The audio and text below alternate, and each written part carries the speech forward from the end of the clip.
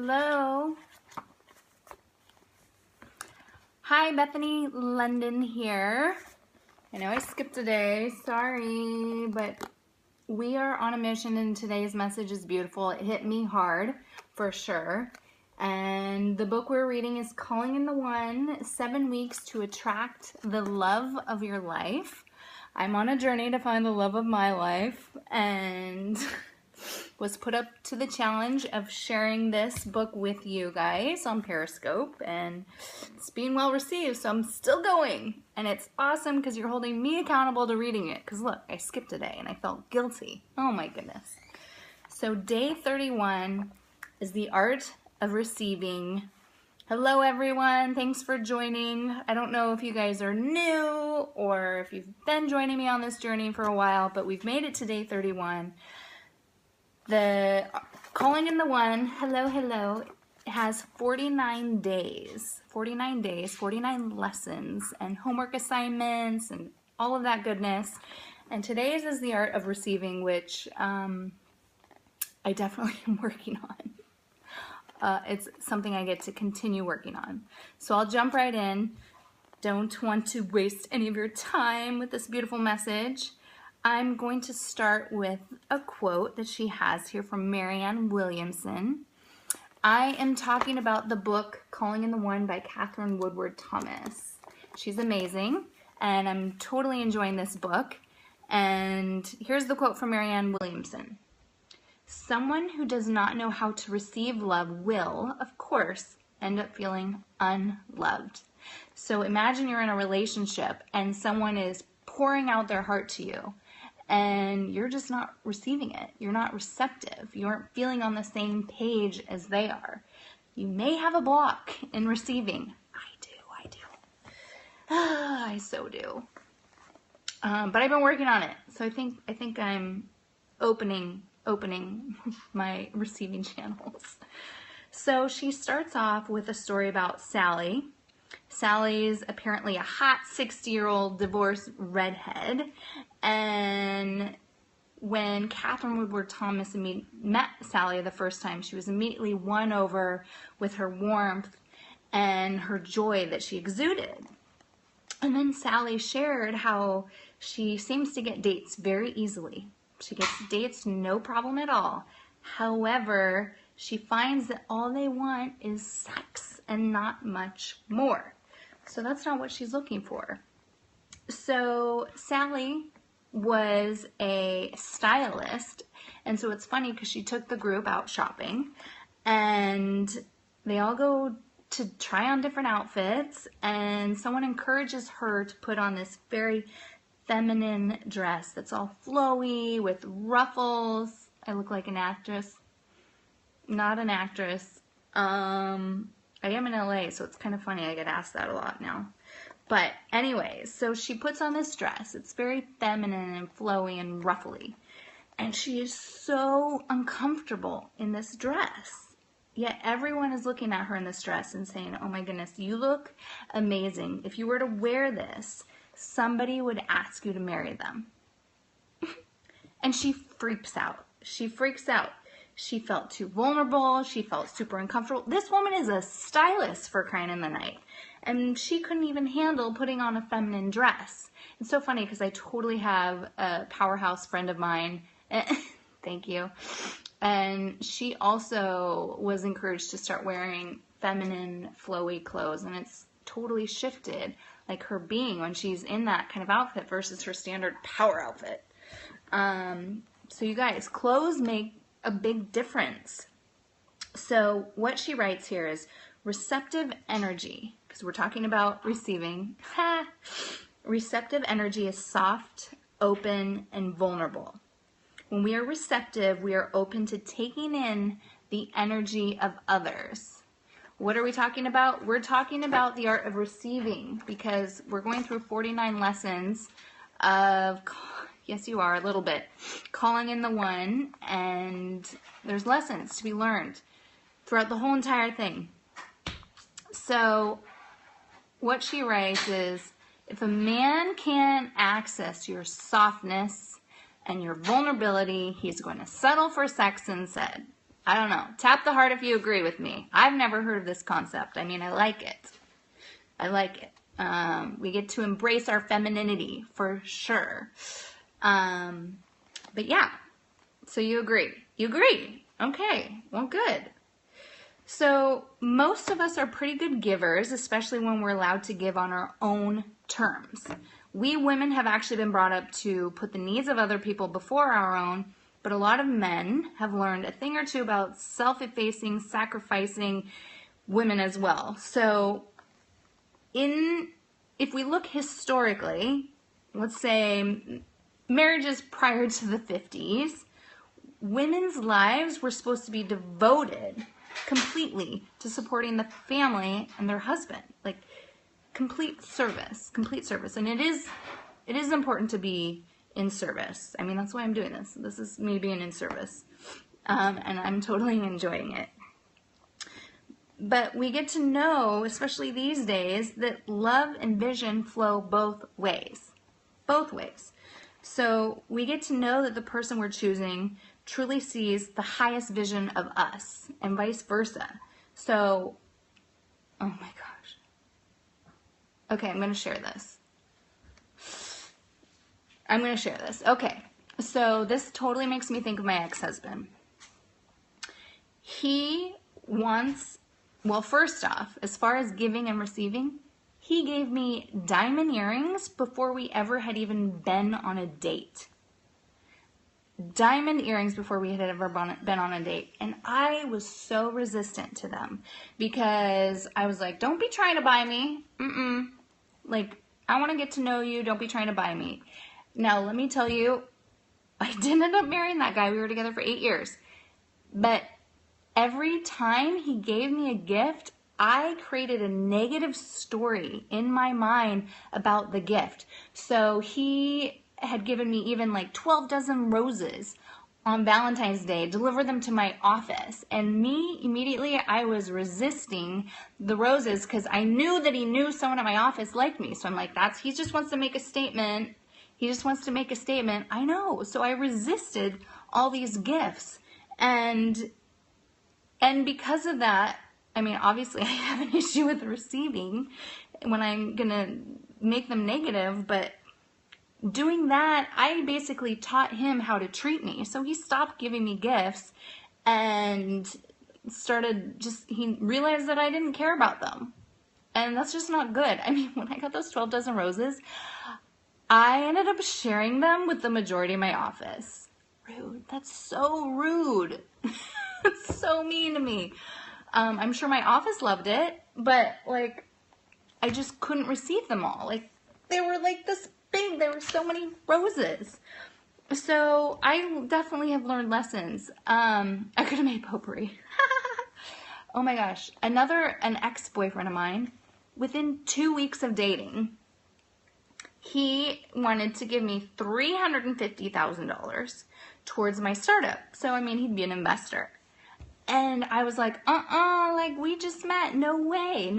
But if you think about it, had I just met a regular investor on the street, I don't even get to know them at the level that I meet someone that I'm dating. Yet I would take their money. Send them your way. This was a while ago.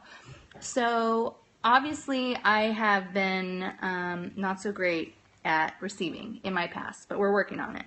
So this is perfect because that's what this chapter is about. She talks about how she dated a man once and he thought that it was arrogant of her to write a book. This book. So she didn't feel supported by him whatsoever. She didn't want to convince a man of her greatness. It wasn't good use of her energy. So she walked away and that man wasn't for her. Yet, you know, years later, or whenever, she's married and she ends up pulling over on the side of the road and cries in gratitude because she realizes that she had been alone, Miss Independent for 40-something years, and now she has this man by her side, this child by her side, and this man is willing to basically take the child, say, go Go away for the weekend. Write your book. I stand by you. I support you. I've got your back. And just being in that space of allowing that amazingness, how many relationships have I had? I would say 3.5. I wasn't married for 8 years, but I was in a relationship for 8 years. So, and then another one for 3 years. Yeah, so it is awesome to be in a space where you completely support each other and you receive and you give. And what does a half? A half means 5 months. A half means 5 months. So what she says is, love is fluid. At its best, giving and receiving are barely distinguishable from one another. She talks about this person, Terry. So Terry, so this is perfect with the other stuff I was talking about. Hi from Dubai. So Terry, she's unemployed. She's been unemployed for almost a year. She starts dating this guy, and he realizes her financial struggles because she's been unemployed. And so he offers to pay for all of their dates. I mean, it's not super clear, but it sounds like even their past dates. He just wants to pay. Apparently, Terry's been paying her half this whole entire time. And she refuses to let him pay for their dates. I mean, Terry, we need to have a talk. Aw, love. Love you too. Spread the love. So the thing is when a person freely offers to extend themselves on our behalf, they do so because on some level they know it's good for them to do so. So his impulse to provide Terry with this safety net that she's missing from her life, it was his way of expressing love to her, and she's rejecting it, such as I did with the roses and diamond earrings and the 350,000. Like, hello, she completely is rejecting it. So I'm just going to go into this next part because she sums it up beautifully. She says, we are all looking for someone or something who will compel us to extend ourselves beyond our own lives. We want to give in a way that creates meaning, fills us with a sense of purpose, a feeling of usefulness. When someone decides that we fit the bill for them, when they are inspired to care for us, provide for us, and nurture us, to decline that is like sending back a great, magnificent gift unopened. I've done that. There is really nothing noble about it. It's frustrating and disappointing for all. So you guys, we get to give and receive and receive. So the bottom line is that Terry is afraid. She is afraid of being loved. She doesn't want to let go of her independence. This is a form of surrender. It's a form of surrender. Oh my God, surrendering is so difficult. I mean, it's so easy. Changing that. Cancel. Surrendering. We get to surrender into love. Let go. Be open. Receive. All that goodness. Oh, okay. So that's the lesson. So now we have homework. And today's homework is a meditation, so not journaling today. So what she asks us to do is sit in an upright, relaxed position, connect with our breath, our heart center, do a body scan, find any tension, release it, breathe into it, let it go, acknowledge it, and then breathe in, deep breaths, and release. And what you're going to say a mantra, expanding the energy around your heart and saying to yourself as you breathe, I receive love from everyone I meet today. Oh God, that's so beautiful. I love it. I receive love from everyone I meet today. And on the exhale, say, I give love to everyone I meet today. I give love to everyone I meet today. So as we breathe in, we're receiving love from everyone. As we exhale, we're giving it away. Namaste. Yes, so beautiful. Oh, beautiful. I love it, I love it, I love it. I mean, you can just even be driving in the car and be saying this to yourself, these mantras. That's powerful. So she says, repeat this breathing exercise for several minutes. What a beautiful way to start the day even. Okay. As always, bonus, there's bonus homework. So the bonus homework is,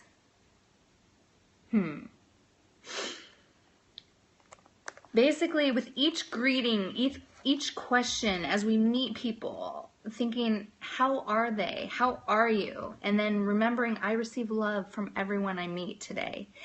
And from that space, feel free to make requests, to ask for support.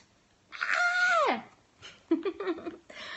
Oh, yes, there is no I in team. Okay, so ask for support. Make special requests. Making these requests is essential in allowing other people to give to us. It is also essential in building self-esteem because it requires us to practice our worthiness, our self-worthiness. And we deserve it. We all deserve it. So regardless of whether or not this particular person says yes or no to your request, asking, so they can say no. Bottom line is, by asking, you are opening up yourself to receive and to increase this capacity of a healthy sense of entitlement, which we have gone over. What chapter was that? Was that 2? I think that was too bad. Yeah. Lesson 30 was a case for selfishness. So I am slowly uploading these on YouTube. It's taken some time. I think I've only gotten to lesson 8. But yeah, I am uploading these to YouTube. You can catch them on Catch as well. But these are powerful lessons, and I'm loving them, and so is everybody else. So let's keep it going. In fact, share. Feel free to share this with your community, because we all learn from each other, and you never know who's going to really benefit from this lesson. Or go buy the book, Calling in the One. Calling the One by Catherine Woodward Thomas. Okay, so lesson 32 is, ooh, yeah, another good one. They're just all so good. Lesson 32 is body acceptance and self-esteem. Body acceptance and self-esteem. That is going to be good. So that's tomorrow. And if you guys want to join my challenge, I started also doing a day of gratitude. And so today I did gratitude for my pumpkin spice latte or bulletproof latte that I make. And just feel free to share with somebody what you're grateful for today, because being in that state increases abundance all over. So feel free to share. Join that with me every day. And yeah, spread the love. Spread the love. Okay, you guys, have an amazing day. Have an amazing, blessed day. Remember, you are open to receive love. You're open. I am open. I am open to receive love and give. And give. Oh, no, I messed up. No, I didn't. But I receive love from everyone I meet. I receive love from everyone I meet. And I give love to everyone I meet. And that's so true. Because love is the basis of everything. It's the foundation, I say. Okay. Love you guys. Spread the love. And I will talk to you tomorrow.